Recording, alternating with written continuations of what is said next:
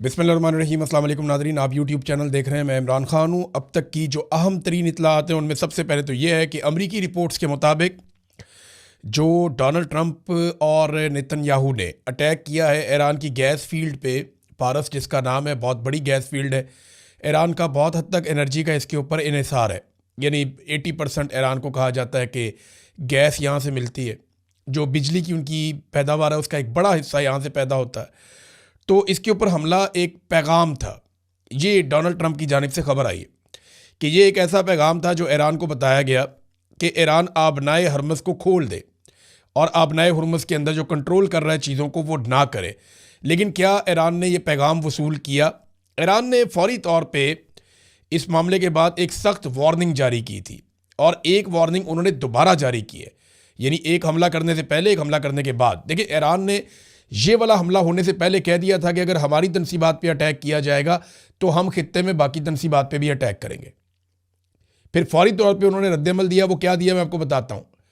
लेकिन उस रद्दअमल के बाद ईरान ने फिर वार्निंग जारी की है। ईरान ने कहा कि अगर अब दोबारा ऐसा किया गया तो अमेरिका से मुंसलिक खित्ते के तमाम तवानाई मराकज़ को राख में बदल दिया जाएगा। ये ईरान ने, वो खुदकुशी पे उतरा हुआ है। एक खुदकुश बम्बार होता है ना, जो अपने आप को भी मार लेता है, सबको मार लेता है। इस पूरी जंग के अंदर जो सबसे बड़ी मुसीबत थी वो शाहिद ड्रोन था, वो भी खुदकुश ड्रोन था। ये लड़ाई खुदकुशी पे है। सबसे पहला बड़ा खुदकुश हमला जो है वो आयतुल्लाह अली खामनाई ने किया कि उन्हें पता था कि वो शहीद कर दिए जाएंगे। उन्हें बताया भी गया, उन्होंने कहा नहीं, मैं जब शहीद हो जाऊंगा फिर मेरी कौम खड़ी हो जाएगी, और वही हुआ। तो ये ईरान, पूरी लड़ाई का जो डिज़ाइन है ईरान का, वो खुदकुशी वाला है। वो कह रहा है ठीक है, आप हमें तबाह करें, हम आपको तबाह बर्बाद कर देंगे और अमेरिका की चौधराहट नहीं रहेगी। अब ये लड़ाई इस अंदाज में हो रही है। ईरान ने किया क्या है इसके बाद? ईरान ने पहले ये वार्निंग जारी की कि इलाके खाली किए जाएं जहाँ जहाँ पे ऑयल फील्ड्स हैं और जहाँ जहाँ पे गैस फील्ड्स हैं। और उसके बाद ईरान ने जवाब के तौर पे जो अटैक किया, जो अब तक इतलात आ रही है, ईरान की जानिब से कन्फर्मेशन आ जाएगी, लेकिन अरब ममालिक कह रहे हैं कि ये ईरान ने किया। कतर में, सऊदी अरब में और यूएई में जो एनर्जी साइट्स हैं उनके ऊपर हमले हुए हैं और ये शदीद हमले इसराइल के ऊपर भी हो रहे हैं। जबकि अभी वार्निंग जारी की गई ईरान की जानिब से कि इसराइल की जितनी भी रिफाइनरीज हैं या तेल से मुंसलिक, गैस से मुंसलिक जितनी उनकी मकामात हैं वो सारे खाली कर दिए जाएं, क्योंकि अब ईरान वहाँ पे बड़ा हमला कर सकता है। कतर ने बताया कि वहाँ पे रास लाफम जो गैस फील्ड है उसे बड़ा अच्छा खासा नुकसान पहुँचा है ईरानी हमले की वजह से। उन्होंने ईरान के बारे में कहा और इसके बाद कतर ने ईरान का जो सफारती अमला है उन्हें नापसंदीदा शख्सियत करार देकर 24 घंटों में कतर को छोड़ने का उन्हें हुक्म जारी कर दिया कि कतर को छोड़ के चले जाएं वहाँ से। और उन्होंने बड़ा ज़बरदस्त किस्म का, सख्त किस्म का मजम्मती एक बयान भी कतर ने जारी किया है। यूएई की जो अबू धाबी में हबशान गैस फील्ड है वहाँ पर अटैक हुआ और उससे फिर यूएई ने बंद कर दिया। यूएई ने इसके बारे में बताया कि वहाँ पे काफ़ी नुकसान हुआ, उसके बाद उसको बंद कर दिया गया है। फिर सऊदी अरब के बकौल उसकी 2 रिफाइनरीज के ऊपर अटैक किया गया है, लेकिन सऊदी अरब ने इंटरसेप्ट किया। मुझे ऐसा लगता है कि ईरान ने सऊदी अरब पे जो अटैक किया वो जानबूझ के इस नौयत का था कि सऊदी अरब ने उसको इंटरसेप्ट कर लिया और इतना नुकसान नहीं हुआ। 4 लोग ज़ख्मी हुए हैं, जो मलबा गिरा मिसाइलों का नीचे, उसमें 4 लोग ज़ख्मी हुए हैं। सऊदी अरब ने यह स्टेटमेंट दिया कि ईरान का जो कुछ भरोसा बचा था वो इन हमलों के नतीजे में चला गया। और सऊदी अरब ने यह भी कहा कि वो ईरान के खिलाफ फौजी कार्रवाई का हक महफूज रखता है। अब ये तो आ गया जनाब उनका स्टेटमेंट। और कुछ डेवलपमेंट भी हैं जो ईरान ने किए हैं फौरी तौर पे आज के दिन में, क्योंकि एक डाटा है मेरे पास। उस डाटा को अगर आप देखते हैं तो आपको समझ आती है कि ईरान ने पहले दिन बहुत बड़े पैमाने पर हमले किए थे, फिर 1-2 दिन के बाद उन हमलों की शिद्दत में कमी आ गई थी। लेकिन अगर आप जंग का 17वां, 18वां, 19वां दिन आप देखें तो ये लगातार मिसाइलों और ड्रोन की तादाद में इजाफा हो रहा है। जब अमेरिका ने यह अनाउंस किया कि अब ईरान के हथियार ख़त्म हो रहे हैं या बहुत थोड़े से ड्रोन और मिसाइल रह गए हैं या 8% रह गए हैं, जब डोनाल्ड ट्रंप ने यह कहा तो ईरान ने एकदम एक्सीलेटर पे पाँव रख दिया और अब ईरान जो है वो ड्रोन भी ज़्यादा मार रहा है और मिसाइल भी ज़्यादा मार रहा है। और इस मरतबा उसके ड्रोन और मिसाइल्स निशाने पर इसलिए लग रहे हैं कि खित्ते का जो एक इंटरसेप्शन का निज़ाम था, दिफाई निज़ाम था, फ़िज़ाई दिफाई निज़ाम, वो काफ़ी हद तक ईरान ने पहले ही मुतासर कर दिया है। ईरान ने रियाद में, सऊदी अरब का शहर है, वहाँ पे अमरीकी फाइटर जेट्स का जो फ्यूल डिपो है वो भी तबाह कर दिया है। इसके अलावा यूएई के अल-मिनहार एयर बेस पर ईरान ने एक और हमला किया है। इसराइल के बिन गवीरियान एयरपोर्ट पर तबाही मचा दी है, वहाँ पे 3 तैयारे भी तबाह होने की इत्तला आई है। तो ये ईरान अपनी जो स्ट्राइक्स है, जो हमले की कैपेसिटी है, उसको बढ़ाता जा रहा है। और जिस तरह ईरान के ऊपर ज़्यादा हमले होते हैं, उसी तरह ईरान वापस भी ज़्यादा हमले करता है। अब ईरान ने यह कहा कि दोबारा अगर हमारी ऑयल की या गैस की तनसीबात को निशाना बनाया गया तो हम जवाबन बाकी सबकी तनसीबात को निशाना बनाएंगे। ये ईरान क्यों कर रहा है? क्योंकि सऊदी अरब देखें, ये कहता है कि हमारी सरजमीन से कोई हमला नहीं हो रहा। यही बात जो है वो बाकी ममालिक भी कह रहे हैं कि हमारी सरजमीन से अटैक नहीं हो रहा। लेकिन इन मुल्कों के अंदर अमेरिकन अड्डे मौजूद हैं और अमेरिकन ने इनको इस्तेमाल किया है ईरान के खिलाफ लड़ाई में। जबकि इसराइल जो है वो जितने भी हमले करता है वो इन्हीं ममालिक की फ़िज़ाई हदूद इस्तेमाल करके करता है। ऐसा नहीं हो सकता कि इसराइल जो है वो बहुत घूम फिर के पूरी दुनिया का चक्कर लगा के आए, वो इन्हीं ममालिक के ऊपर से आता है। यानी अमरीकी तैयारे जो यूके की फ़िज़ाई हदूद से उड़ के जाते हैं लड़ने के लिए, यूरोपियन ममालिक उन्हें अपनी फ़िज़ाई हदूद नहीं दे रहे। जो यूके से अमरीकी तैयारे, जेट तैयारे लड़ने के लिए आते हैं या हमला करने के लिए आते हैं, उन्हें यूरोपीय ममालिक अपनी एयर स्पेस तो नहीं दे रहे। ना स्विट्ज़रलैंड ने दी है, ना बाकी ममालिक दे रहे हैं। स्पेन वैसे ही बहुत खिलाफ हो गया है और फ्रांस ने भी जंग में शामिल ना होने का फ़ैसला किया है। तो जो अमरीकी जेट तैयारे हैं वो एक बहुत लंबा चक्कर लगाते हैं समंदर में और उसके बाद वो फिर गुजरते हैं इटली, स्पेन के पास से फिर आगे इटली आ जाता है, फिर यूनान आ जाता है। इस एरिया में वो अपनी रीफ्यूलिंग करते हैं जो हवा में हो जाती है। रीफ्यूलिंग के बाद वो फिर जो मेडिटेरेनियन सी है वहाँ से दाखिल हो जाते हैं इसराइल की हदूद में। इसराइल से आगे उर्दन, सऊदी अरब और फिर इराक। इसके बाद वो जाकर अटैक करते हैं ईरान के ऊपर। तो सऊदी अरब की और इराक की और उर्दन की, इन ममालिक की जो फ़िज़ाई हदूद है और इसराइल की, ये इस्तेमाल होती हैं जब भी ईरान के ऊपर अटैक करना होता है और ये अमेरिका इस्तेमाल कर रहा है। अब आप अंदाज़ा करें कि यूरोपीय यूनियन या यूरोपीय ममालिक अपनी फ़िज़ाई हदूद अमेरिका को नहीं दे रहे।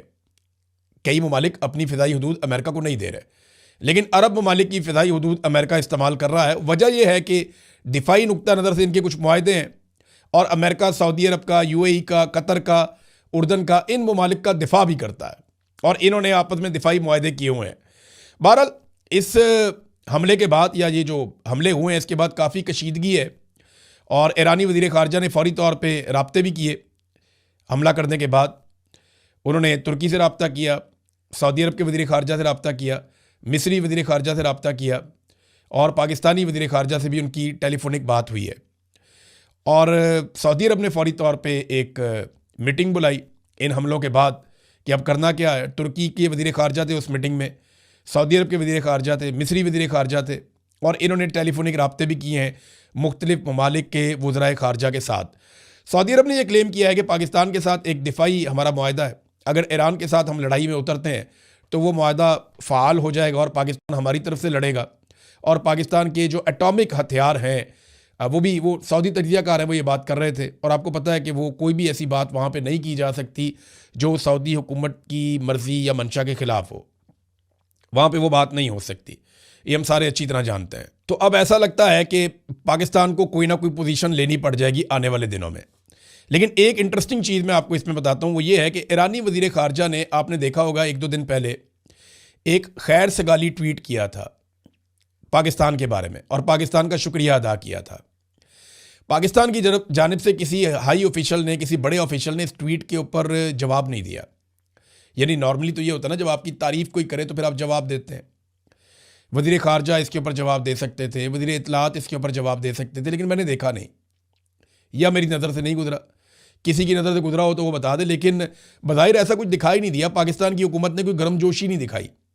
जब ईरान ने पाकिस्तान का शुक्रिया अदा किया तो पाकिस्तान की जानिब से कोई गर्मजोशी दिखाई नहीं गई। ईरान ने पाकिस्तानी ऑयल टैंकर्स के लिए आबनाए हुर्मुज़ को भी खोल दिया, लेकिन इसके बावजूद पाकिस्तानी हुकूमत ने इस बात को इंश्योर किया कि पाकिस्तानी ऑयल टैंकर्स के हवाले से पाकिस्तान के मीडिया में ज़्यादा ख़बरें ना चलें या ख़बरें चले ही ना। बल्कि ऐसी ख़बरें मैंने सुनी और सोशल मीडिया के ऊपर बाकायदा इसका इजहार किया गया कुछ सहाफ़ियों की जानिब से कि यह मना किया गया है कि जो पाकिस्तानी ऑयल टैंकर्स हैं वो कहाँ से गुजरते हैं, कैसे आते हैं, इसके बारे में रिपोर्टिंग ना की जाए। तो पाकिस्तान को ईरान ने 2 किस्म की फैसिलिटीज़ दी। एक तो ईरान ने कहा ठीक है जी हम आपको सस्ता तेल भी देते हैं, आपको जितना चाहिए आप हमसे ले लें। दूसरा, ईरान ने कहा कि ये रास्ता आप इस्तेमाल करना चाहते हैं, आप हमारे भाई हैं, आए आप रास्ता इस्तेमाल करें। तीसरा, ईरान ने पाकिस्तान का शुक्रिया भी अदा किया कि पाकिस्तान का किरदार इंतहाई काबिल तारीफ़ है और पाकिस्तान का बहुत शुक्रिया, ये भी ईरान ने कहा। तो ये खैर सगाली ट्वीट भी उन्होंने किया। उनकी पूरी कोशिश है कि वो कुछ भी करके पाकिस्तान को इस लड़ाई से बाहर रखें और पाकिस्तान को इस लड़ाई में गैर जानिबदार रहने पर मजबूर करें। लेकिन अगर सऊदी अरब या बाकी अरब ममालिक इस लड़ाई में उतर गए तो डॉलर और पैसा तो वहाँ पे है और अमेरिका भी वहाँ पे है, तो पाकिस्तान को ना चाहते हुए भी इस लड़ाई का हिस्सा बनना पड़ सकता है। अभी कुछ कंफर्म आप कर नहीं सकते, लेकिन इखलाकी नुक्ता नज़र से पाकिस्तान को इस लड़ाई से बाहर रखने के लिए कोशिश उन्होंने की है ईरान ने। देखिए, अगर पाकिस्तानी इस लड़ाई में उतर जाते हैं तो क्या होगा, बड़ा सख्त रद्देमल आएगा पाकिस्तान के अंदर, ना सिर्फ फोर्सेस के अंदर, इदारों के अंदर, हुकूमत के अंदर, बल्कि अवामी सतह पे बड़ा सख्त रद्देमल आएगा। जब इसराइल ने और अमेरिका ने अटैक किया था ना और आयतुल्लाह अली खामनई शहीद हो गए थे ईरान में, तो पाकिस्तान में 36 लोग सिर्फ एहतजाज करते हुए शहीद हो गए थे। ये सूरत हाल थी। और अगर पाकिस्तान इस लड़ाई में उतर जाएगा ईरान के साथ तो ये बिल्कुल भी कोई मकबूल फैसला नहीं होगा, बल्कि पाकिस्तान की मिलिट्री एस्टेब्लिशमेंट और हुकूमत के लिए मुश्किलात बहुत ज़्यादा बढ़ जाएंगी। अब पाकिस्तान के लिए सबसे बेहतर क्या होगा? पाकिस्तान के लिए सबसे बेहतर ये है कि किसी तरह ये लड़ाई ना हो, ये लड़ाई आगे बढ़े ही ना, ये लड़ाई ख़त्म हो जाए। और ईरान के पास ऑप्शंस बड़े महदूद होते जा रहे हैं। यानी ईरान ने जो फैसला कर लिया है वो खुदकुशी के लेवल का है कि मारते जाओ, खुद भी मार खाते जाओ। और सब ईरान की पसली पे हैरान हो रहे हैं कि ये ऐसे कैसे मार खा रहा है। ये किसी ने भी नहीं सोचा था कि वो इस किस्म का रद्देमल देगा। पहले ईरान जो है वो एक हुक्म था आयतुल्लाह खामनई का कि 3-3 बंदे मुकर्रर करो अपने बाद। अब इतला आ रही है कि 7-7 बंदे उन्होंने मुकर्रर किए हैं अपने बाद कि अगर कोई ऑफिसर मारा जाता है लड़ाई में तो उसकी जगह अगला कौन होगा, उसकी जगह अगला कौन होगा। तो 7-7 बंदे, चाहे वो पॉलिटिकल क़यादत है, चाहे वो फौजी क़यादत है, चाहे कोई और है, उन्होंने मुकर्रर किए हुए हैं कि हंगामी सूरत हाल में क़यादत का फुकदान पैदा नहीं होना चाहिए। पेंटागन ने, नादरीन ने, $200 अरब मजीद मांग लिए हैं ईरान के खिलाफ जो इस वक्त ऑपरेशन जारी है उसे मुकम्मल करने के लिए। $200 अरब मजीद मांगे हैं पेंटागन ने अमरीकी हुकूमत से, और ये वाशिंगटन पोस्ट की रिपोर्ट है। अब अगर $200 और मिलेंगे तो ये जंग तो फिर आगे से आगे जाएगी ना, क्योंकि अब जंग के अंदर पैसा इन्वॉल्व हो गया है। और एक और खबर है, ये अमेरिका में डायरेक्टर अमरीकी नेशनल इंटेलिजेंस तुलसी गबार्ड, उनका एक स्टेटमेंट है जो बड़ा मकबूल हो रहा है। उन्होंने कहा जी कि पाकिस्तान, रूस, चीन, शुमाली कोरिया और ईरान एटमी हथियार ले जाने वाले जदीद मिसाइल सिस्टम की तैयारी में मसरूफ़ हैं। ये मिसाइल अमेरिका तक पहुंच सकते हैं, यानी हम ख़तरे में। अंदाज़ा करें कि अमेरिका के सदर का favourite field marshal Asim Munir, सबसे प्यारा वज़ीर आज़म जिसके साथ वो खेलते भी हैं, खड़े हो जाओ, बैठ जाओ, सैल्यूट करके दिखाओ, इधर आओ बोल के दिखाओ, तो वो कितना प्यार करते हैं शहबाज शरीफ से। बिल्कुल एक ऐसा जैसे कोई बच्चा अपने खिलौने से प्यार करता है। तो वो इतना प्यार करने के बावजूद वो अब भी पाकिस्तान को अपने लिए ख़तरा समझते हैं। और उनकी बाकायदा डायरेक्टर अमरीकी नेशनल इंटेलिजेंस तुलसी गबार्ड का ये स्टेटमेंट है, और उनके आसपास दोनों जानिब जो है यूनिफॉर्म्ड उनके ऑफिसर जनरल्स बैठे हुए हैं। वो कह रही है पाकिस्तान, रूस, चीन, शुमाली कोरिया और ईरान एटमी हथियार ले जाने वाले जदीद मिसाइल सिस्टम की तैयारी में मसरूफ़ है। ये पाकिस्तान के ऊपर बराह रास्त एक इल्ज़ाम है कि पाकिस्तान ऐसे मिसाइल बना रहा है जो अमेरिका को जाकर हिट कर सकते हैं। भाई, पाकिस्तान ने तो अभी तक वो मिसाइल नहीं बनाए जो यहाँ से यूरोप तक चले जाएं, तो अमेरिका तक कैसे चले जाएंगे? बाकायदा मुशर्रफ दौर के अंदर इस बात का बंदोबस्त किया गया था कि पाकिस्तान अपने मिसाइलों की रेंज कम रखे, इतनी कम रखे कि वो मिसाइल इसराइल तक भी ना पहुंचे। ये बाकायदा बंदोबस्त किया गया था और पाकिस्तान को कहा गया था आपकी लड़ाई सिर्फ इंडिया के साथ है, आप इस मामले को देखें, आप ज़्यादा दूर लेकर ना जाएं, आपको ज़्यादा रेंज वाले मिसाइल नहीं बनाने चाहिए वरना आपके ऊपर पाबंदियां लग जाएंगी। पाकिस्तान ने बहुत सारी पाबंदियां माजी में देखी भी हैं। बहरहाल, ये अमेरिका की अभी तक पाकिस्तान के ऊपर एतबार की सूरत हाल है। नाज़रीन, अमरीकी जो नेशनल इंटेलिजेंस की यही टीम जिसकी मैं अभी बात कर रहा था, आपने देखा भी इन्हें अभी, इन्होंने एक और स्टेटमेंट दिया है। इन्होंने कहा जी पिछले साल जब इनसे पूछा गया तो इन्होंने बताया कि पिछले साल जब ईरान के ऊपर अटैक किया गया था और ये दावा किया गया था अमेरिका की जानिब से कि यूरेनियम की तैयारी के लिए, एटमी सलाहियत हासिल करने के लिए ईरान की जो सलाहियत थी या फैसिलिटी थी उनको तबाह कर दिया गया और अब ईरान ऐसा नहीं कर सकेगा। जब ये सवाल किया गया तो उन्होंने ये बताया कि नहीं, ईरान ऐसा कर भी नहीं रहा था। यानी डोनाल्ड ट्रंप का एक और जवाब, जिसकी बुनियाद पे डोनाल्ड ट्रंप ने जंग खड़ी की है कि ईरान मिसाइल बना के तो एटमी हमला करने वाला था और एटमी तजर्बा करने वाला था और वो एटम बम बना रहा था। देखिए, पिछले साल डोनाल्ड ट्रंप ने कहा कि अब ईरान ये नहीं कर पाएगा, हमने तबाह बर्बाद कर दिया। इस साल डोनाल्ड ट्रंप ने दोबारा अटैक कर दिया ये कहकर के वो ये करने वाला था। तो अब जो अमेरिकन इंटेलिजेंस, नेशनल इंटेलिजेंस की टीम है, उन्होंने भी कह दिया कि नहीं, डोनाल्ड ट्रंप का ये जवाब उन्होंने फारिग कर दिया। नाज़रीन, इतनी सारी खबरों में एक कुछ थोड़ी सी बेहतर खबर भी है, और वो ये है कि पाकिस्तान ने अफ़गानिस्तान से आर्जी तौर पे जंगबंदी कर ली है। और जो पाकिस्तान एक ऑपरेशन कर रहा था ग़ज़बुल हक़, उसके बारे में कहा गया जी आर्जी तौर पे ईद के दिनों में इसे रोक दिया जाएगा। और इसे रोकने के लिए जो दरख्वास्त की थी जिन ममालिक ने, उनमें सऊदी अरब, कतर और तुर्की है। इन्होंने कहा था जी कि आप ये जो ग़ज़बुल हक़ ऑपरेशन है इसको रोकें ईद के दिनों में, और ये लड़ाई नहीं होनी चाहिए। तो पाकिस्तान ने तो रोक दिया। अब इन्हीं ममालिक को दबाव डालकर अमेरिका और इसराइल से भी जंगबंदी करवानी चाहिए। ईरान के लोगों का भी हक़ है कि वो ईद का त्यौहार मना लें। यूरोपीय यूनियन और दीगर मुल्कों के सफ़ीर और कुछ बड़े इम्पॉर्टेंट लोग जो हैं वो अफ़गानिस्तान में जो अस्पताल तबाह हुआ मुबैना तौर पे, वो इसका दौरा कर रहे हैं और वहाँ से मालूमात इकट्ठी कर रहे हैं। अब इस पर तहकीकात होना शुरू हो गई हैं कि वाकई वहाँ पे असले का डिपो था या वहाँ पे वाकई इलाज हो रहा था उन लोगों का जो नशे के आदी हैं। पाकिस्तान के DGISPR ने, फ़ौज के तर्जुमान ने, एक इंटरव्यू दिया अहमद मीर साहब को, और उसमें उन्होंने दावा किया कि ये जो नशई लोग होते हैं इन्हीं को खुदकुश हमले के लिए इस्तेमाल किया जाता है। फिर उन्होंने ये भी दावा किया कि वहाँ पे जनाब धमाके बहुत ज़्यादा हो रहे थे, तो वहाँ कोई असले का डिपो भी था। लेकिन ये सारी चीज़ें क्योंकि बैनुल अक़वामी इदारे मौजूद हैं अफ़गानिस्तान में, तो इसकी इंक्वायरी हो सकती है और ये चीज़ें और हक़ाइक़ जल्द सामने आ जाएंगे। ये बात चुप ही नहीं रहेगी, क्योंकि अब तक की इतला के मुताबिक जो अफ़गानिस्तान का क्लेम है वो 408 अफराद का है कि इस वाक़े के अंदर वो वहाँ पे जाँ बहक हो गए।